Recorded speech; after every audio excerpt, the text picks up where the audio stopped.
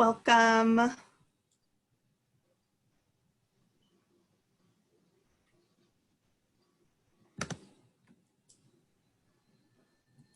Just going to give everyone a couple minutes to get into the room before we start with our introduction. Thank you so much for joining us. I'm Stephany. I'm the museum educator at Capital Jewish Museum.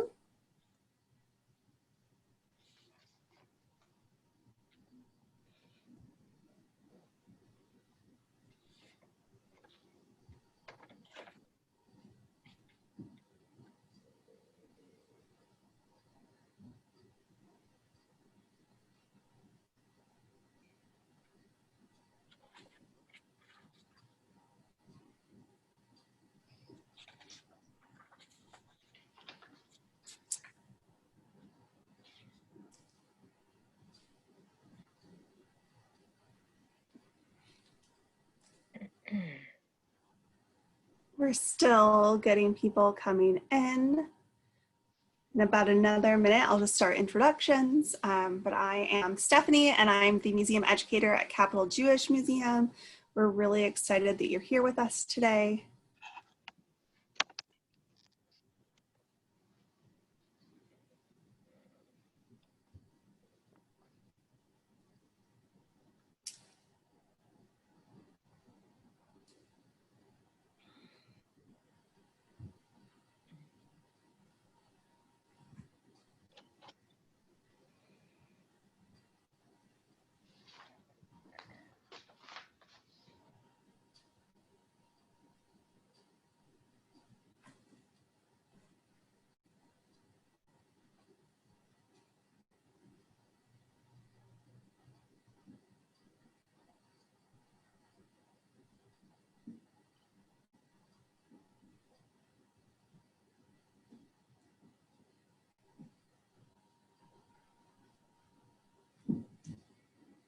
Thank you to those of you just jumping on for joining us.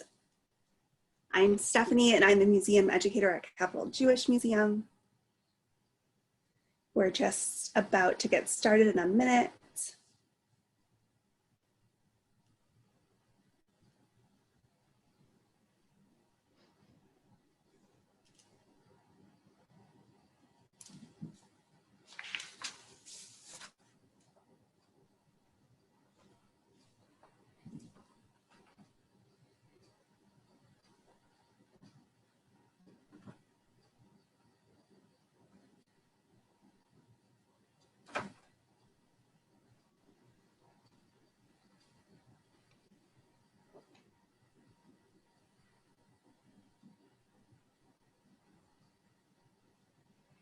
All right, I'm just going to start our introduction and people will join us as we keep going before we officially begin our panel.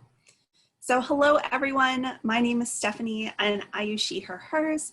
I'm the museum educator at Capital Jewish Museum and I'm so excited that you're here with me to celebrate and kick off our groundbreaking festival with our first program. We're thrilled to partner with JxJ, a program of the Edlavitch DCJCC, to screen the film Sammy Davis Jr, I Gotta Be Me, and I hope that you've all had a chance to watch it. Before we get started with our panel tonight, I want to take a few minutes to share highlights from this week's festival and to give you an inside look at the museum. Building the museum has been years in the making. We've been hard at work raising funds, designing exhibits, and collecting stories that show how the intersection of American Judaism and American democracy here in the nation's capital. During the past few months, the work hasn't stopped as we've been busily creating from our kitchens and living rooms to bring a museum that is not only uniquely Jewish and DC, but also a center of the community.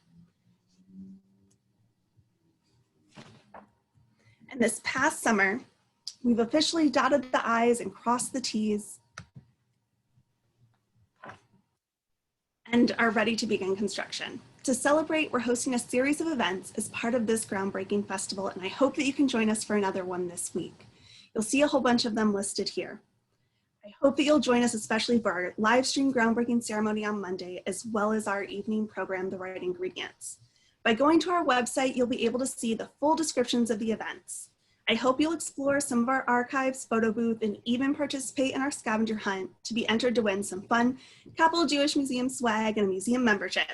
My colleague Jacqueline will appear as Capital Jewish Museum in the chat, and other staff will have CJM next to their names. And they'll be adding the links to our festival page and can help answer any specific festival or museum questions that you may have. But let's take a look at the museum itself. Our tiny synagogue that could was moved for the last time in January of 2019 to the corner of 3rd and F Street Northwest and has recently been restored. We're ready to build a modern structure that will connect to the historic synagogue, making it our most precious artifact. The museum will be free and open to all for special events, rentals, and programs.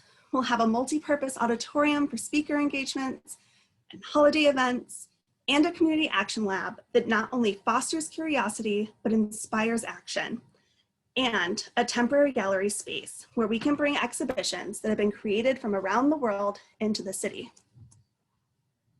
Our permanent exhibition will explore Jewish identity and the history of Jewish Washington through the lens of civic engagement.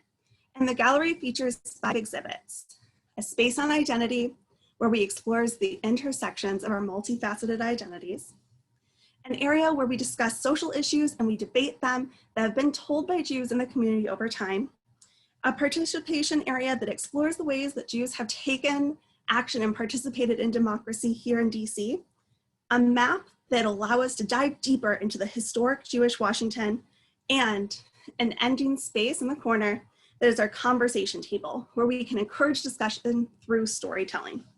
We're looking forward to the day when we can gather and we can welcome you into our building in spring of 2022. And we're looking forward that we can share these stories and continue to strengthen our community. We're going to go ahead and get started by introducing our panelists. And instead of me speaking for them, I'm going to let them speak for themselves. So we have Dr. Dwandalyn Reece from the National Museum of African American History and Culture, and Dr. Lauren Strauss from American University. So Lauren, why don't you go ahead and introduce yourself for everyone? Hi, everybody. I'm so happy to be here. And I'm really grateful to the Capitol Jewish Museum for inviting me to do this kickoff event. It's very exciting. And it's such an exciting moment in the history of Jewish DC and cultural DC that this museum is actually going to happen. It's really exciting. So thank you, CJM. Thank you, Stephany, for all your hard work, and Dwan and Kara and everybody at the Capitol Jewish Museum. I teach at American University, as Stephany said.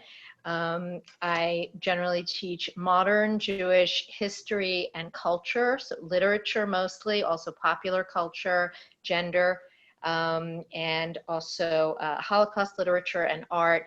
Sometimes ancient and medieval also, but usually I focus on the modern era, and as well in my own research. And I'll stop there. Thanks, Lauren. Dwan, go ahead and introduce yourself. Hi, everyone. Good evening. It's great to be here. Thanks to Stephany and the Capitol Jewish Museum and allowing me to participate in this kickoff event. I have been through a building museum campaign, so I know where you are and where you've been and where you're going, and it's an exciting project. As Stephany said, I am Curator of Music and Performing Arts at the National Museum of African American History and Culture, and just recently moved up to Associate Director for Curatorial Affairs. So I'm tag teaming for the time being. I've been at the Smithsonian for 11 years. And I am responsible for the music and performing arts collection, also curated the permanent museum exhibition, music exhibition, Musical Crossroads. My areas of interest are really about 20th century American popular entertainment, particularly African American performance, of course, music and theater and musical theater, the Harlem Renaissance. I have to wear many hats at the museum, but really my passion lies with the performing arts and using it as a tool. I enjoy it as a performer, but as a way to understand ourselves and our history and our culture. So I'm happy to be part of this program. We've got a wonderful topic, and I look forward to some great conversation.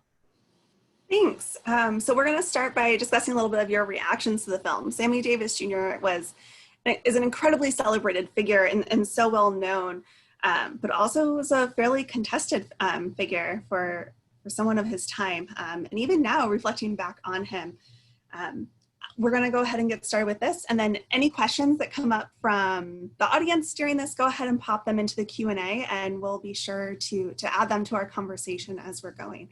But Dwan, why don't you share your reaction to the film with us? Yeah, I had the privilege of seeing Sammy Davis Jr. my senior year in college. We had just turned 21 and I was in school in California. So we drove to Las Vegas, and obviously we overtipped the maitre d' and ended up with front row seats.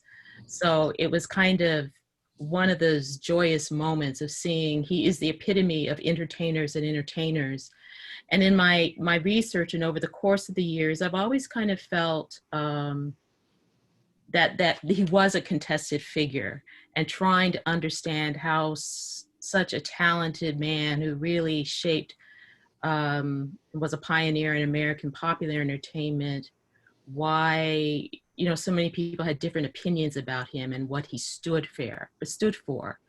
And I've always understood him as a complex individual, but this documentary really laid it bare for people in a variety of ways. It was not only his enormous talent, which you can't say enough about, but you take it into the context of the times he was living in, segregated America in the 20s and 30s and civil rights movement, and then into the 70s and beyond.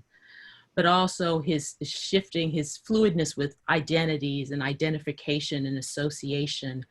And I think if you've seen the documentary, there is so much joy and exuberance about what he has to offer as an entertainer, but there's also a sense of searching and pain, sometimes pathos. And we can talk about many examples that sometimes, when we're talking about the Rat Pack, and some things that make you cringe. And you try to imagine what life was like for this man at this particular time, who felt like he didn't fit in anywhere, but was constantly striving to belong. And I think part of that narrative is not only him as an individual, but the needs of an artist, of a performer, to always entertain. And so what I hope this documentary did, and in so many figures we tend to forget who they are, really kind of elevated. We so often judge the artists of the past by our contemporary mindset. And that I do think there's a lot of due diligence to look back at some of these performers and understand the times and situations that they were performing in. And the choices they made may not have been the choices we made, but through it all, they were trying to survive and thrive in an industry and make a way for themselves. Yeah. I never had the opportunity to overtip the maitre d' and see Sammy Davis in person. I'm sure I would have done the same.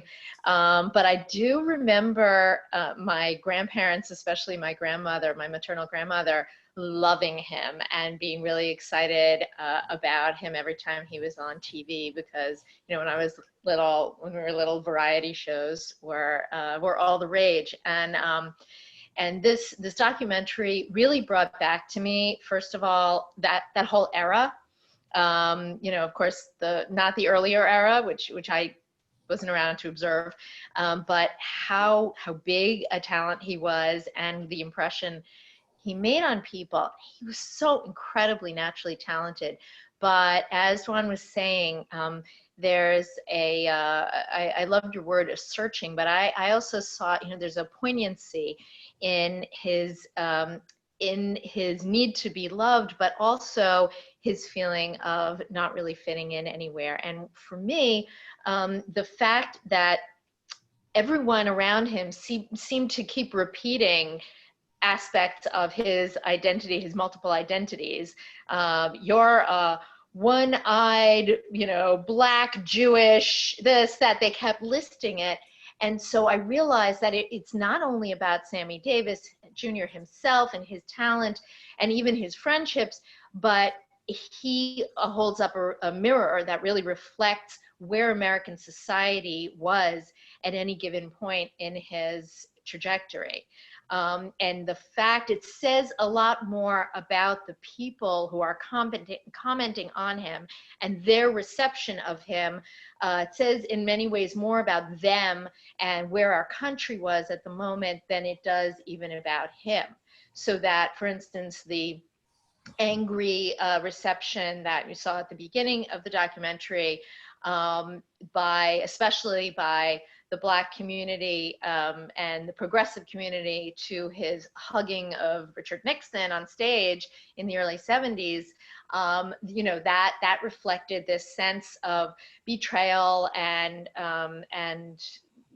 where people in one community felt that their celebrities should be politically. So that says a lot about one group's agenda, not his. Whereas the excitement that I think a lot of people in the Jewish community felt about having this great entertainer who chose to be Jewish, who converted, on the one hand, says a lot about them, that, Jews sort of, I think a lot of minorities do this. I certainly know that Jews like naming and claiming people. And even if you have a little teeny bit of, one Jewish, great grandparent.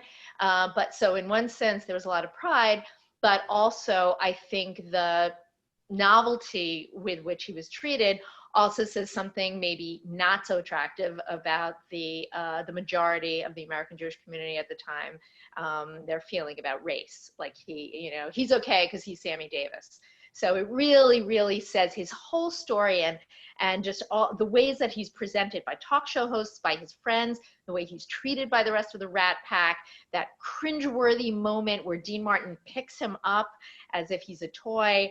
All of that says as much about the people who are doing that as it does about him.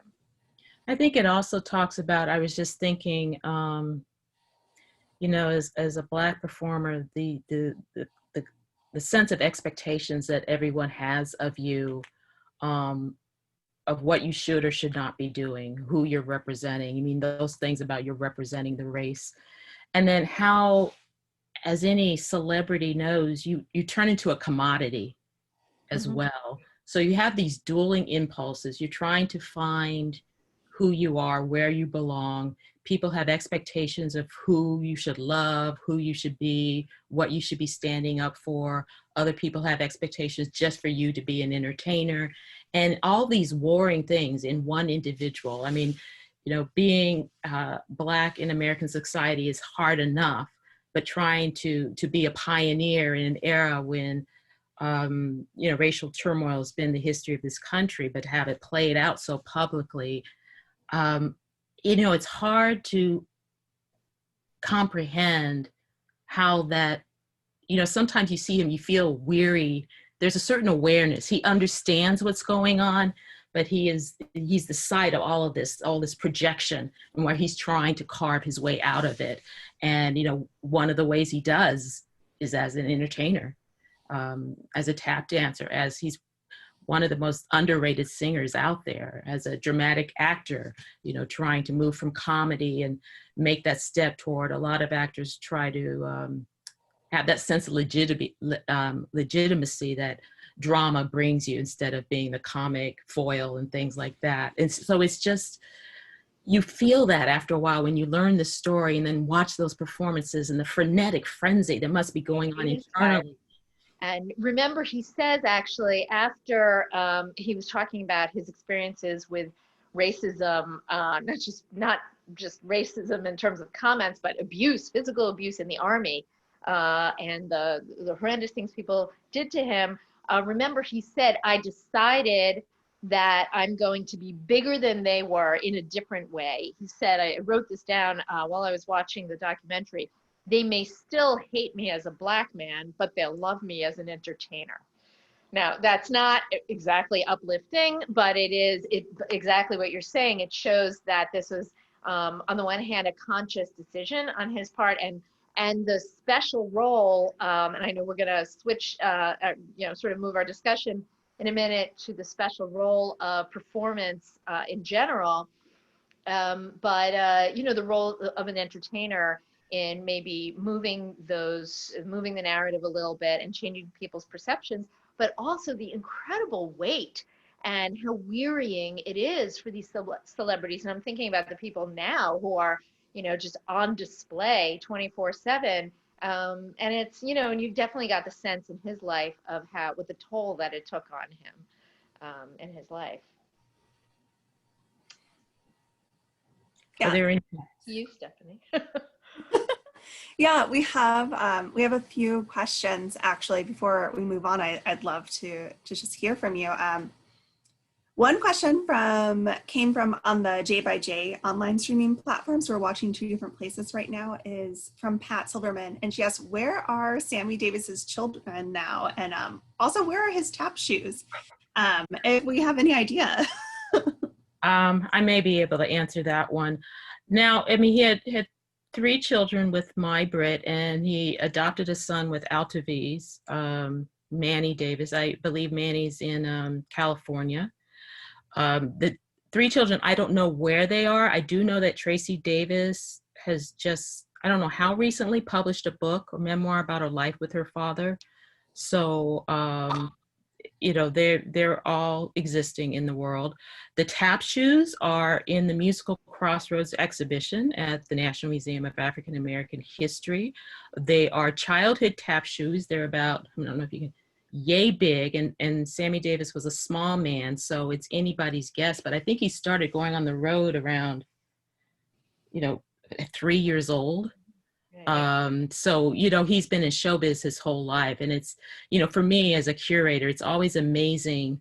I find objects have tremendous power and resonance in exploring narratives about individuals and communities, and just to have this pure essence of who he is, what we most identify with him, you know, Mr. Bojangles with the hat and the tapping, and to just, you know, the narratives we like to do in the museum is that we like to look at the whole person, and entertainment was his whole life, you know, not as a performer, but it was just his very being.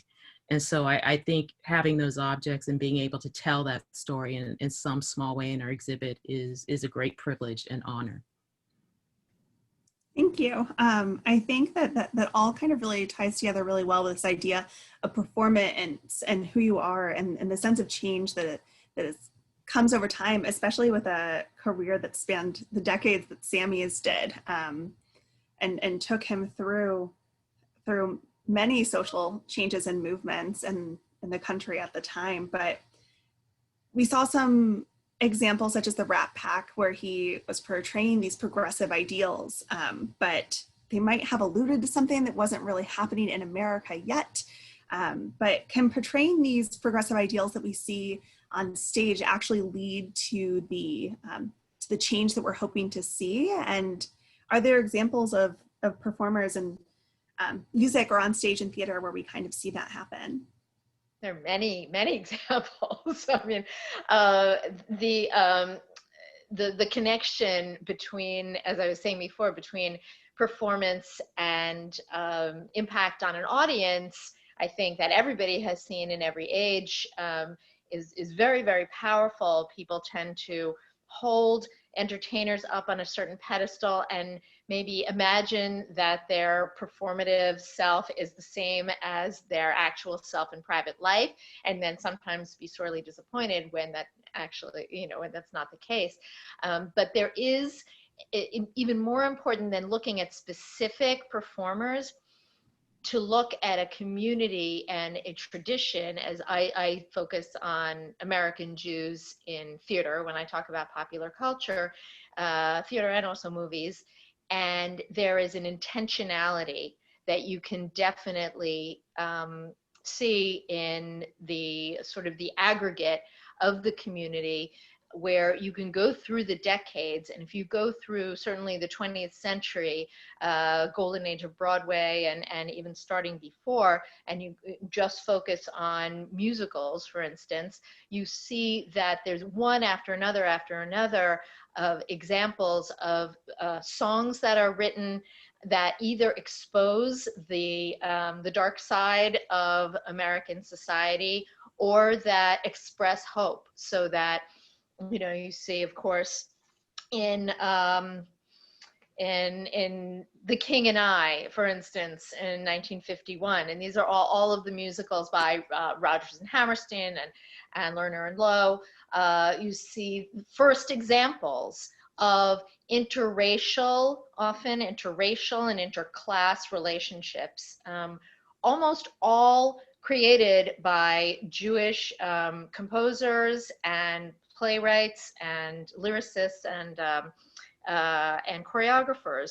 So you see Anna and the King having this dance, and you can see it in the movie. When I show my students this incredible clip of Anna, the very white British school teacher who comes to, then called Siam, now Thailand, and she has this friendship, but really kind of edging up on a romance with the King there, and this moment where they're about to sing "Shall We Dance," and he puts his hand in the air to put it on her waist. Okay, this is 1951 on Broadway, a few years later in the movie, and there's this hesitancy in her eyes of, oh my God, are you actually going to do that? And it brings to mind in the Sammy Davis Jr. documentary when Paula Wayne, the woman who was interviewed there, who was his co-star in Golden Boy and Clifford Odets' play, describes their kiss, which was the first interracial kiss apparently in American theater history. And you see this throughout. So not only through their lives, you see it in The King and I, you see it in South Pacific, you see it in West Side Story, and it's often expressed in songs and specific wishful thinking or sardonic exposure. And you know, I can give you more examples later, but some sardonic lines that expose the hypocrisy of American society, etc. And you see that, and we can look at movies and we can look at popular music, but just if you look at musical theater, that just gives you so many great examples of this intentionality of wanting to move the needle. And then of course it takes a while, it takes several decades. I think one of the, you know, why I pursue this field, because I think entertainment and art and, you know, performance traditions have tremendous power to shape the way we think. They're a reflection of who we are, but also they have the power to, you know, perpetuate stereotypes. You know, they can do their own kind of damage, but also change norms. And then art has always been a safer place to play with taboos or push the envelope. And you know, that's why I think entertainment, popular entertainment, is so important to study and to understand, and even to understand a little more critically, to think about these messages, whether it's through lyrics of a song or a musical motif, that artists are saying things from their own culture, their communities, their social values. They are always embedding them either through their performances or their very creations. And I mean, I can you know, speak a lot about African American, but I think it's for a lot of Jewish musicians and stuff. If you really start to look at what they're doing and putting out there for people to consume and to enjoy. It's also important to realize that a lot is going on behind the scenes in their lives. So it's not just the songs that we hear in the musicals or in pop music, but that a lot of people, Clifford Odets actually is a wonderful example of this, the playwright who wrote the play Golden Boy that Sammy Davis Jr. starred in. And Clifford Odets was himself the Golden Boy of the left wing of American theater, starting really with the group theater in the 1930s. And you see it's a whole genealogy, really. It's a direct descendant actually of the Yiddish stage, of the Yiddish theater, to the point where it's literally some direct descendants. Stella Adler, the famous sort of impresario and theater coach of people like Marlon Brando, etc. She was the daughter of Jacob Adler, one of the titans of the Yiddish stage. She and others, Harold Klerman, all these people who are involved in the group theater, this left-wing American theater in the 1930s, almost all Jews, not nominally Jewish on its surface, but they're dealing with all of these issues on stage, but also behind the scenes. They're all involved on the political left wing. And when you look at the political left in this country, that was one of the only places in the 30s, 20s, 30s, 40s, where there was sanctioned interracial social interaction. A lot of people who were not particularly ideological went to Communist Party social gatherings, I guess Communist Party parties, and they would recount the fact that when they first walked in for the first time, they were shocked because there were black and white people, or black, white, and Jewish people. That's a whole different issue that we haven't touched on. What are Jews? And the racial makeup of America. And they're at a party and they're friends and they're drinking and they're chatting, and this just didn't exist in America. This was unheard of. And so there's a lot of interplay there between what's going on behind the scenes, and having a desire to integrate America more, to expose some of the hypocrisy in America. And then, as I was saying before, with the intentionality, putting some of that on stage, but softening it a little bit in many ways so that it would be more palatable and kind of absorbed by a greater number of people. Thank you. Yeah, there's a lot of questions in the chat kind of coming up around this conversation as well. Going back to what we started with and what we're at now, thinking about these identities and the way that things are happening in that behind the scenes and in their head and in their lives, and how that comes out on stage. And Sammy Davis, the three of us had chatted more than just these dual identities, not just Jewish and African American, but also being Cuban. And so there's another layer, but there's even more that would have been happening inside, and that maybe weren't outward facing identities. So how might these things, his Jewishness or his African American identity, his ethnicity, have influenced his stage performance and come across in his music and his comedy and just his overall facade as an entertainer?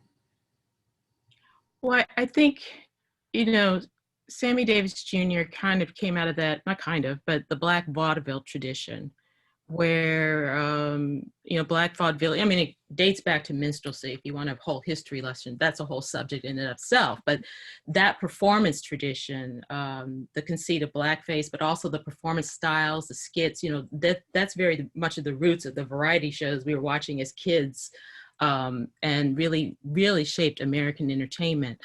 So if you think of him, obviously he had innate talent, but he was a great observer, and we saw in the documentary he was a great mimic.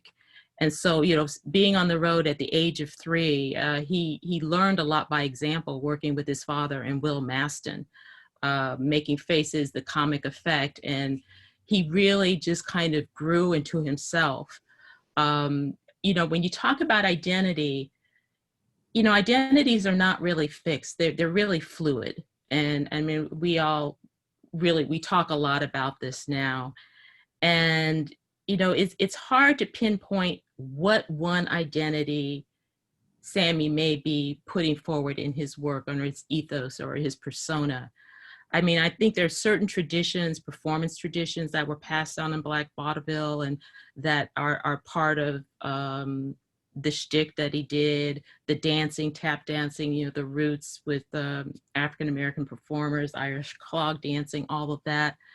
But I also kind of, I'm always careful thinking about identity, and then we're talking about Sammy Davis Jr., and I'm veering just a little bit, but just kind of wanted to make this point that he's just one illustration of one identity. He's just one African-American man. And I think it's really important, while we're looking at his narrative and his life and his experiences, at the same time, there are various other artists at the same time going through different experiences, making different choices, putting different things at a performer. And, this is something that's fascinating. You think of Paul Robeson, who's around at that time, Lima Horne, Harry Belafonte, Sidney Poitier, all very different trajectories. And presenting themselves and their artistry and their artistic choices in very different ways. And the fact that this is all going on at the same time, I mean, I think what's unique about Sammy Davis Jr., and we talked about this in our pre-conference, presentation, was the fact that, using the Rat Pack as an example, this illusion of harmony. And I think he had this great drive in all his choices and wanting to be liked and loved and thinking that he could be bigger than what he was raised, that he could really, I do believe he had honest intentions that he could do something different. Even the association with Nixon, if you could open those doors or make people love you for your talent and not because of the color of your skin, then you've paved open a way. So I'm always cautious about thinking as identities as flicks. It's all quite very fluid, and we borrow and create, and sometimes we don't even know what we're expressing. It's just who we are. Right. It's who we are, and it's as I was saying before, it's also who the others are. And that really is so much of it. Your list of incredible performers reminds me that in the documentary we saw one example of Sammy Davis Jr. being treated very, very differently than from Harry Belafonte by JFK. Remember the festivities around JFK's inauguration. Sammy was disinvited from the inaugural ball, and the reason given was, well, maybe he's not comfortable with you being married to a white woman. And at the time, he's pointing to other African-American performers who were invited and saying, his wife is white, what is it about me? So it really is, we shouldn't hang too much, pin too much importance, as you're saying, on one individual. But I think, I keep getting back to this idea of the reflection of society, of the reception of each of these individuals, and the way that, of course, Lena Horne, she also is a woman, and she has a different experience. She's also much lighter skinned than Sammy Davis Jr. And I think that some audiences feel more comfortable with her. Paul Robeson, meanwhile, is an incredibly well-known political activist also. And some people who were alienated by his politics reflected more on that than his race. But I think that, to get back to the question of people's identities, because we talk so much about this right now in our present moment, it is so much more malleable than a lot of people realize, and that I realize, I think that any of us realize growing up, the concept of, are you Black, are you white, are you Latina, are you this and that, in America often reflects where America is at a given moment. And we talked about this yesterday in our pre-conversation, the fact that, for instance, if you look at immigration policy in America, certain groups in the mid-19th century and then at the end of the 19th, beginning of the 20th century were considered non-whites. Actually in the rhetoric of politicians, of nativists, they didn't consider the Irish white people in the mid-19th century, and most people would say, but Irish, they're almost quintessentially from the British Isles. No, they were treated differently. And then at the turn of the 20th century, you have people from Southern Europe, so Italians and Greeks and Jews sort of thrown in there, or Hebrews as they were called at the time, also considered non-white. And then as you move through the decades, as the different hierarchies of American society shift, the racial definitions shift as well. And it's just so interesting because it's something that you can't really say is, to coin a phrase, all Black and white. It's not. Right, I think you guys have touched on some really specific concepts, this idea that we have these identities that are very malleable, but also that communities, when we think of them, and even if they're ethnic or racial communities, they are not monolithic, and they are not all experiencing the same thing. They're not all thinking and doing the same things, and there's a lot of variety as well, especially because those wouldn't be the only part of their identities. Things are always changing and malleable. I also was, as we've Also, a couple of questions, Stephany, just to break things up a little bit, yeah, to see what's trickling in. yep, I was just about to move into some of them. I had noticed that there are some specifically about Judaism in his life. Lynn has asked how actively did he practice his Judaism, and how his children were raised. But they were also, we also had an anonymous person ask, thinking about his Jewishness identity and the public controversy that could have raised around the time as well, especially thinking about how he converted and how his family would have been being brought up at the time.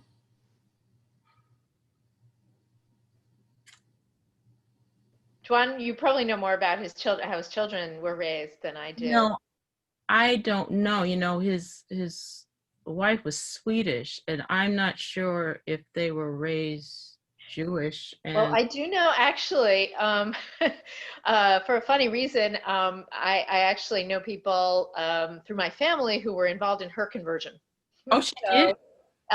So I'm not sure how, if she ever completed it, but I know that she was studying toward conversion and with the Reform movement. And there's that astounding story in the documentary about the filming of Porgy and Bess, which is just, we could have spent this whole time talking about Porgy and Bess and the Gershwins and all of the ramifications there. And the fact that the movie, that version of the movie, was being filmed by none other than Samuel Goldwyn of MGM.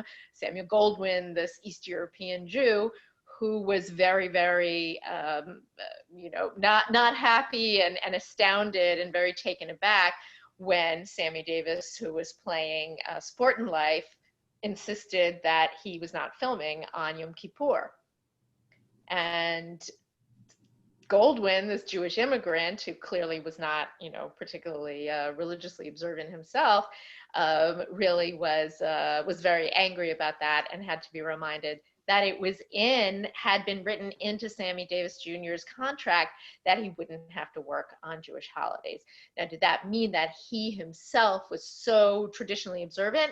I don't think so. I think it's pretty clear that he worked on Shabbat, for instance, but it really meant something to him. And he, it wasn't a kind of a flash in the pan, I survived this accident, and which was the catalyst for his conversion, the rabbi who visited him in the hospital. But it wasn't, I survived this accident and I was attracted to Judaism and now I'm fine and that's in my past and I'm abandoning it. He stuck with it for the rest of his life. Stick with it. Yeah, I mean, it did, because he did kind of catch on to something. So when he did have that accident and then he decided to do this, but there was some kind of affinity with him. It wasn't, right, what you say, a flash in the pan. But I always kind of wonder what the public perception was about all of that at that particular time from Right. Jews and African Americans, because that was, at that point, and there are Jews of African descent, that this is more of kind of the public narrative that we know about. But, it's another, I guess for some people, it's another way to say that he is trying to be something he's not, that he's running away from his African American roots, but he didn't necessarily grow up strongly religious, even though his mother was Catholic, or trying to take on another identity. And it's getting back to what you say, Lauren, is that the reception, the public reception, and whether people took it seriously. I mean, the Samuel Goldwyn. Well, whether it was that, this makes him a novelty figure, even more of a novelty. You're this and you're this and the fact that then he had one eye. And so, and they always kind of threw that in. And I think that it's not an accident. It's not surprising that his theme song became, as he says, in the movie, that frankly became the title of the movie, whether I find a place in this world or I never belong, I gotta be me. That like it doesn't matter whether you accept the fact that I'm this and this and this. It's, it matters to me at the end of the day. But even if he says that, I think, and I've seen this in other performers, they still struggle with it.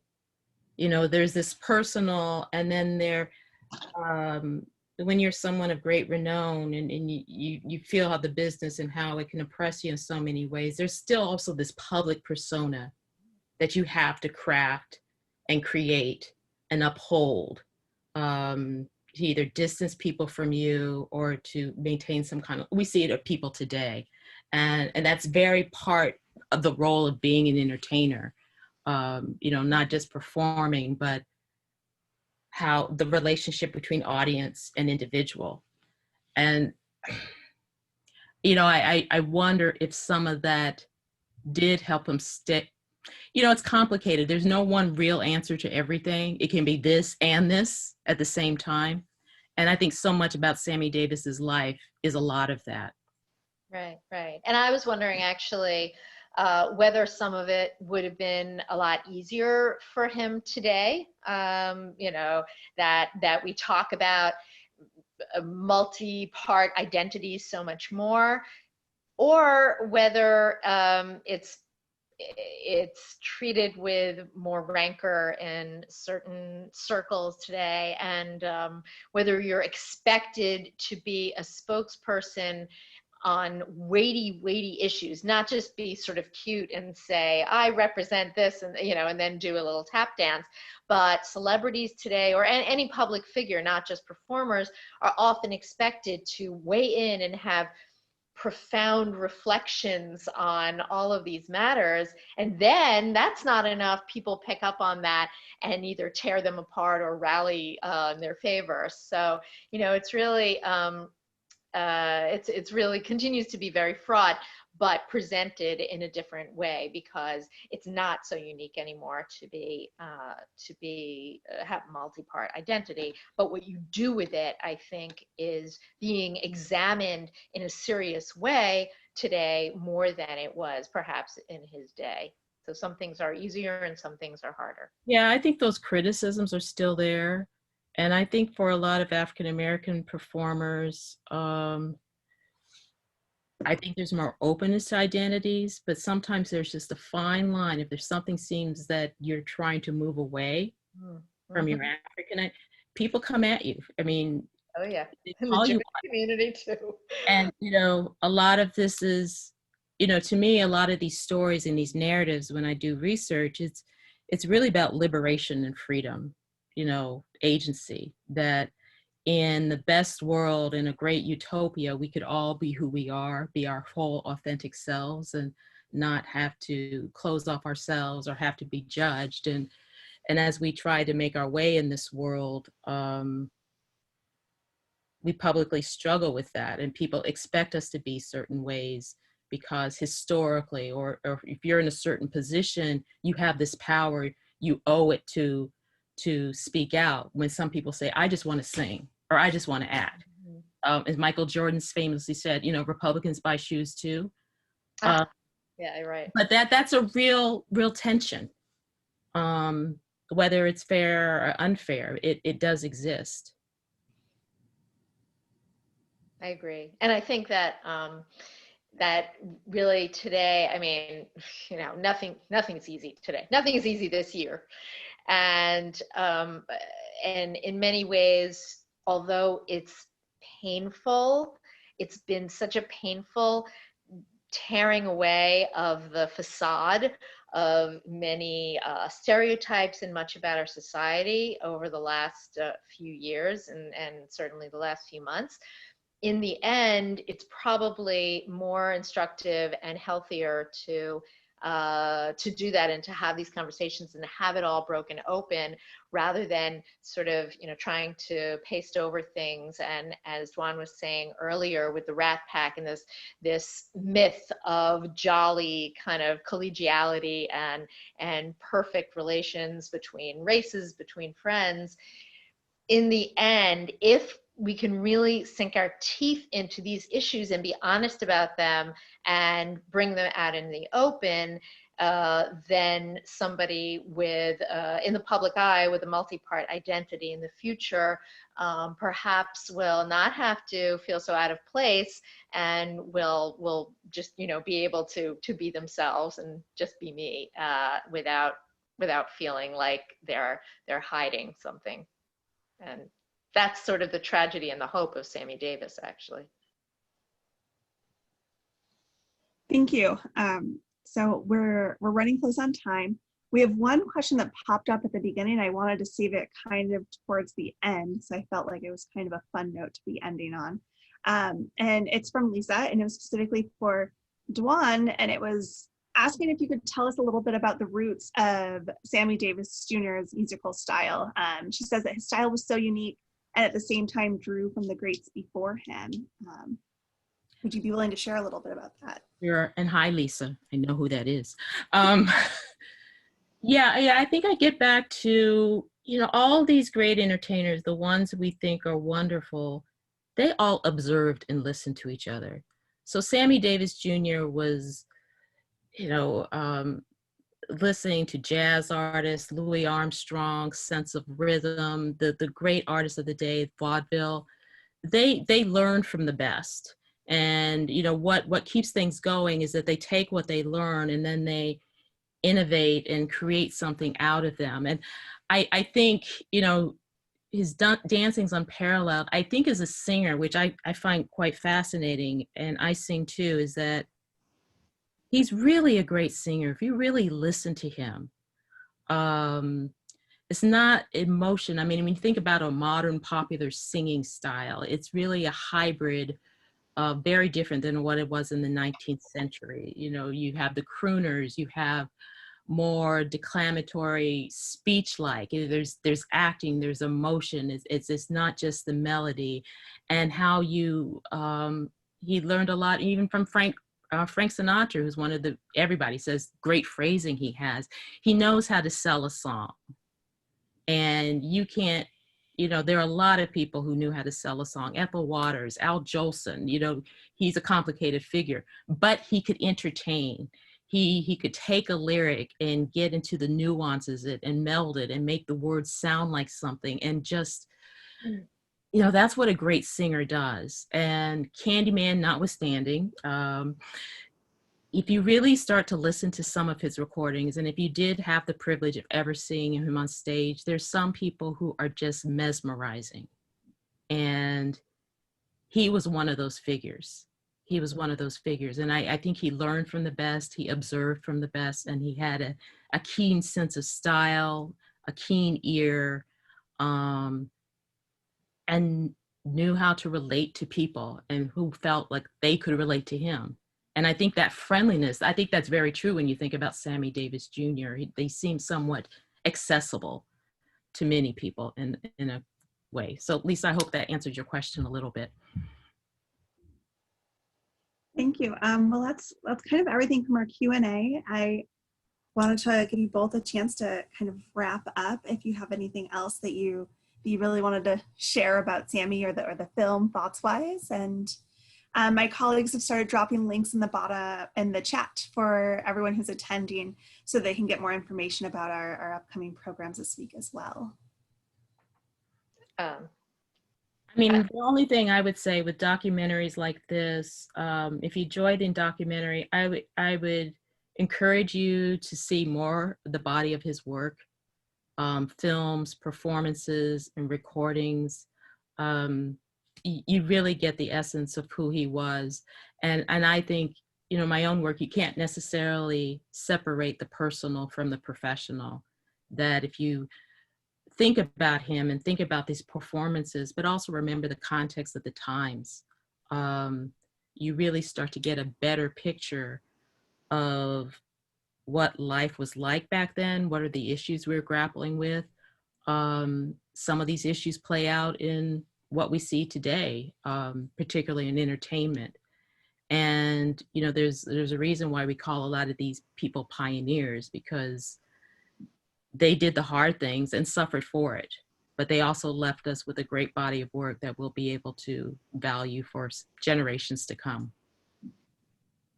Yeah, I think that biography in general and documentary is one form of that, is really a window on, a two-way window on the individual, and that people should remember when they're watching a great performance or reading about a celebrity that it is only part of it, but should be celebrated, the talents of that unique individual, and that we shouldn't just sort of miss the forest for the trees and focus on their environment and the social and political context, that you should just sit back and really enjoy why this person is so great. And that's something that I think that this brought out for me, reminded me of in incredible ways how talented Sammy Davis Jr. was, even in that clip near the end where he's dying and he's dead in a few months, and he out taps Gregory Hines